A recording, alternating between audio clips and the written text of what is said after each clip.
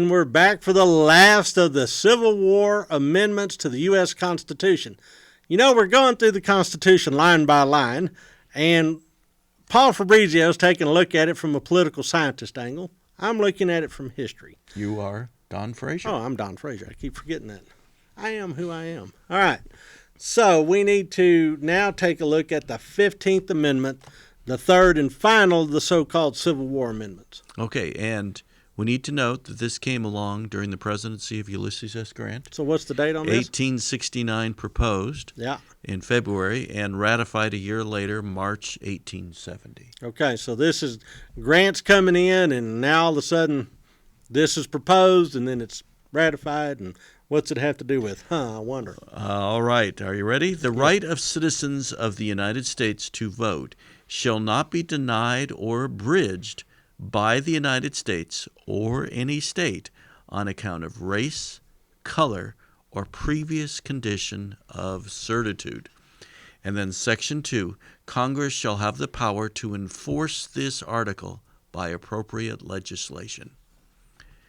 Okay, the right to vote. You can't deny it on the basis of race, color, or previous condition of servitude. So slaves can vote. Well, former slaves. Former slaves. There are no slaves anymore, right. Thanks to the 13th Amendment. So it's interesting that it's race, color, or condition of previous servitude.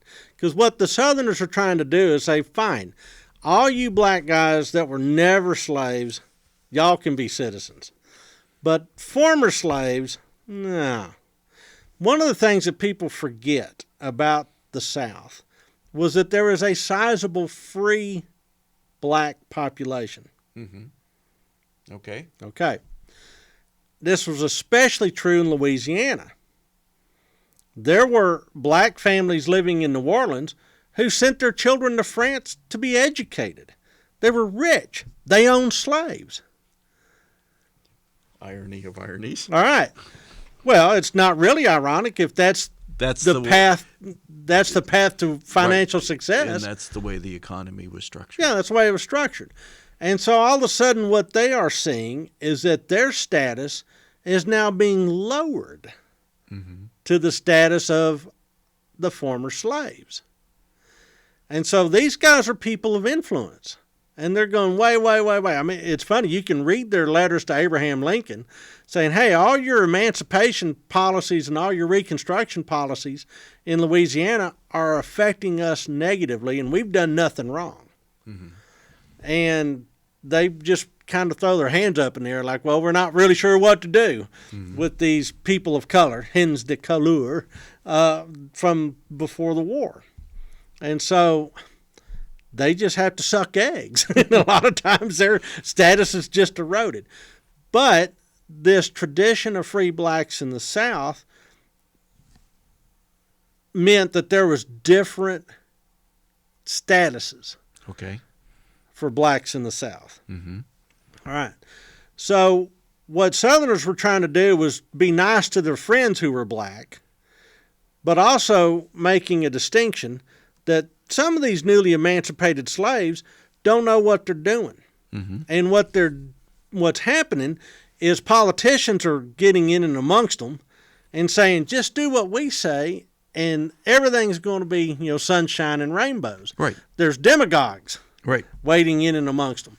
Right. And so Southerners are going, look, we don't want these guys politically powerful on the one hand, but we also don't want them to be taken advantage of by unscrupulous politicians. Well, taken advantage of, or they didn't want that political perspective to have dominance to get all those votes? Perhaps. I mean, it may be that political dominance, but if they're promising things that are just never, ever going to be able to be brought about in order to get these people's support, that might be considered taking advantage of them. All right, that's all I'm saying. So what the Southerners are doing is trying to reassert that there's different categories of African Americans in the South. Okay. All right. Which means that all you guys that are former slaves, you're not going to vote. all you guys that were never slaves or free persons of color, you can vote.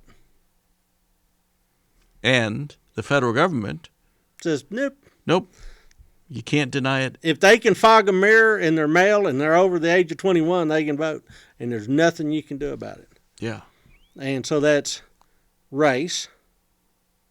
Color, which is an interesting distinction. Yeah, I know. Because there's so many different variations. And you've talked about this previously. Yeah, the quadroons, octoroons. I mean, they had an entire caste system. The one drop. Yes. And, there's a lot of white Southerners that may not have been lily white, as they put it back then, because there was so much interracial breeding. What a way to deny people their right to vote if you have these rules. Yeah. And if, for example, you're a poor white farmer, for example. Correct. And they could say, well, you have some percent black. Yeah, you're colored. Yeah. You're not. So therefore, you can't vote. Correct. Yeah. I mean, it's an embryonic apartheid. And it's a way to restrict the franchise, the voting franchise, to a select group of people. Absolutely. If you add onto it money as well as race and color, then you can restrict it to just the few who you want to. Absolutely. And in fact, that's what the Southerners ended up doing with literacy taxes. They had white primaries in the Democratic Party. Yeah. Literacy tests. Yeah. Just as a way to keep people from voting. It's like the old story about the black man that comes before the judge to take his literacy test to see if he's going to be able to vote. And the judge says, so you want to be able to vote in this election? He says, yes, sir, I do. So the judge says, all right, if you can read this page from this book, and he pulls down a book of Latin, puts it over in front of him, and says, if you can read that, you can vote. Guy looks at it, looks at the judge, says, I can read this clear. Says, isn't any black people voting in Georgia today? So, yeah, that's a literacy test. That's a literacy so test. This isn't really about getting at the root of, are these people educated enough to make informed decisions? And we've had that conversation. We have. Should idiots be allowed to vote? Yes. Was the first manifestation of this. But in an 1860s and 70s context are people that have been kept in a willful state of abject ignorance, will they ever be equipped to be full citizens? Well, literacy test was the letter or the spirit of that law, but not the letter of it, because literacy just meant, well, if you can't read or write, you're not going to vote. Mm-hmm. Doesn't matter how smart you are. Doesn't matter how well informed on the topics you are. Mm-hmm. But this then leads into things like voter ID today and all sorts of other issues that restrict the franchise. That's why there's the Voting Rights Act that still applies to southern states and doesn't apply to northern states, a vestige of the Civil War. Yes, indeed. Very, very much. So this is, again, in keeping with the other hammers of the 13th and 14th Amendment. There's no subtlety in any of this. No. This is boom.